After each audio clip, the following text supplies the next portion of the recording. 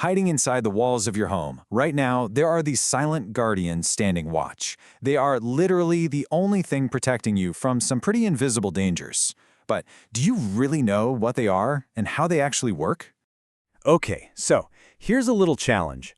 Think you can identify every major type of circuit breaker in under 5 minutes? Let's find out. Because these things are way more than just simple switches. They're incredibly sophisticated protectors. And trust me, knowing what's what is absolutely crucial for your safety. First up, let's talk about the threats they're up against. The most common one? The surge, or what we call an overload. You've probably caused one yourself. You plug in the toaster, then the microwave, maybe the air fryer, and suddenly everything's drawing power at once, way more than the circuit was ever designed for. And when that happens, the wires get hot, dangerously hot. Next on the list, the spark. This is what you get during a short circuit or an arcing fault. What's happening is that electricity is taking a dangerous, unplanned shortcut. That little detour creates this massive surge of current that can instantly overheat the wiring hidden in your walls and set things on fire before you'd even have a chance to smell the smoke. And finally, the danger that is a direct threat to us, the shock. This happens when electrical current leaks out of the circuit and tries to find a path to the ground, and sometimes that path is through a person. It takes a surprisingly tiny amount of this leakage current to be fatal, which makes it a really, really critical hazard to stop. So, with all these dangers just lurking in our electrical system, we depend on these silent guardians to keep us safe. So let's break down exactly how they do it. At its heart, a circuit breaker is just an automatic safety switch. That's it. It has one job and one job only: to watch the flow of electricity. The very instant it spots a dangerous condition, whether it's a surge, a spark, or a potential shock, bam, it trips. It cuts the flow of power in literally a fraction of a second. But here's the thing. Not all electrical faults are the same. So you can't just have one type of breaker. Instead, what you have is a team of specialists. You can think of the MCB as the general security guard, the RCD or GFCI as your personal bodyguard, the AFCI is kind of like the fire marshal, and then you've got the big guy, the MCCB, who handles security for huge industrial sites. All right, so let's meet these specialists one by one and see how we match the right protector to the right danger. You know, understanding this matchup is a seriously powerful safety tool. First up, the one you've probably seen 1,000 times, the miniature circuit breaker, or MCB. This is your frontline defense. It protects against the two most common problems: overloads from plugging too much stuff in, and short circuits from bad wiring or faulty appliances. But not all MCBs are created equal. They have different tripping curves, which basically just means they react differently. A B curve is what you'll find in most general household circuits, like for your bedroom lights.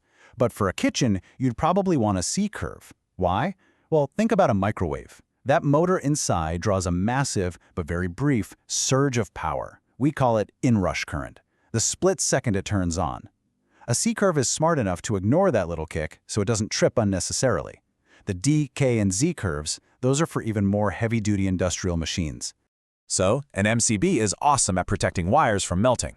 But what protects people? I mean, when the threat is a fatal electric shock from a tiny leakage current, an MCB won't even notice it. For that, you need a different kind of specialist, the residual current device, or RCD. In North America, you probably know it as a ground fault circuit interrupter, or GFCI. How these things work is just brilliantly simple. The device is constantly measuring the current going in on the live wire and the current coming out on the neutral wire. They should always be perfectly balanced. But if even a tiny bit goes missing, which means it's leaking out to ground somewhere, the device instantly trips and cuts the power in milliseconds. That's way faster than a fatal shock could ever occur. Okay, but what about that other hidden danger we talked about? That dangerous spark that can start a fire? That's an arc fault. It could be from a frayed cord, a loose wire in an outlet, or maybe a nail that accidentally pierced a wire in the wall.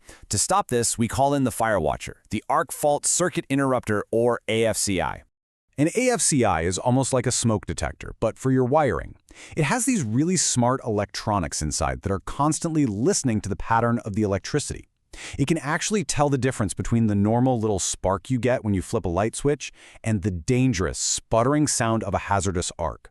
The moment it hears that dangerous signature, it cuts the power, instantly.